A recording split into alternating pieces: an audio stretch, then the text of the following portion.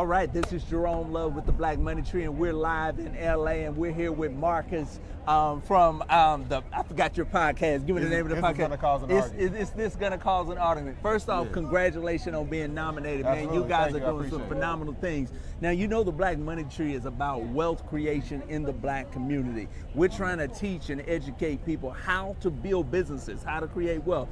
Tell me, growing up, what were you taught about wealth in your household? In my household, it was mainly just following the lead of my parents.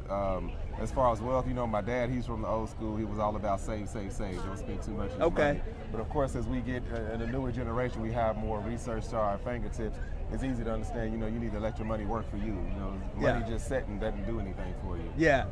But, you know, they were always well off. They always done good. They always provided for us. So, you know, it was definitely worse then. But as far as now, you know, I got to lead by, you know, what I'm able to understand about it. You know, you sound like me. My dad always told me, he said, son, the key to having money is to spend less than you make.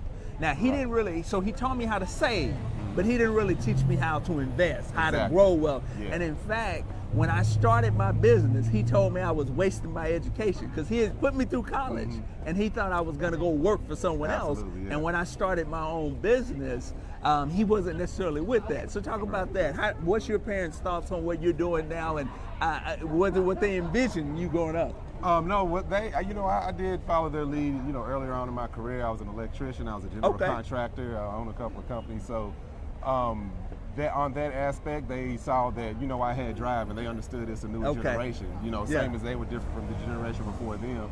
So they never shunned anything that I did. You know, they always pushed me and supported me in anything I strive to do. So seeing me now is just like, this is amazing. Can't believe you're here. Of course, they didn't see it. A lot of the stuff I didn't see either, but now, are you still doing the electrical contracting work and things of that nature? No, really? No, I'm a full-time influencer content creator now. Okay, now why we said it? So, you know, I build houses. That's one of the things that I do. And I told my son, I said, you should get your electrician license or become a plumber. I said, it's a lot of money in that. And we already got a built-in platform to do it. And he leaned more towards electricity because when he thought of plumbing, of course, he's thinking of toilets and things of that nature. But it's great. No, that's one thing I try to expose younger generations to are the trades, because it's a lot of money. You get a lot of these trades make athlete money, and they don't understand it. It's you know, this whole infrastructure of any city, any building, any type of civilization. You have those blue-collar trades that are driving that. You have elevator technicians. You have chiller technicians. You know, commercial buildings have a massive AC unit. They need to be maintained daily, weekly, monthly, yearly.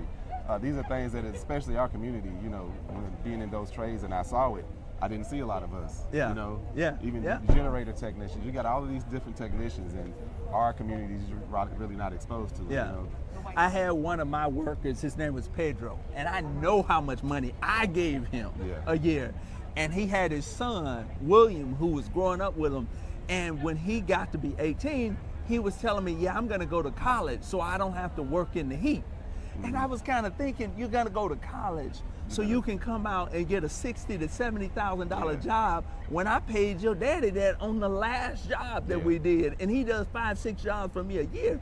But it's kind of like we have this thought process. I wrote an article for Black Enterprise where I talked about image versus economics. We have this image of what we think success is, but we don't understand the economics behind it. So what's the 1 or 2 things that you would tell someone, you're in a relatively new industry, you're an influencer. Everybody's trying to be an influencer now. What would be the 1 or 2 tips that you would give someone trying to break into this new industry, if you will? Oh, that's a difficult one there, because I still don't know what I'm doing here. You know, I'm following my wife's lead on this, and it's worked out pretty well. But what I always tell people is do you and be you.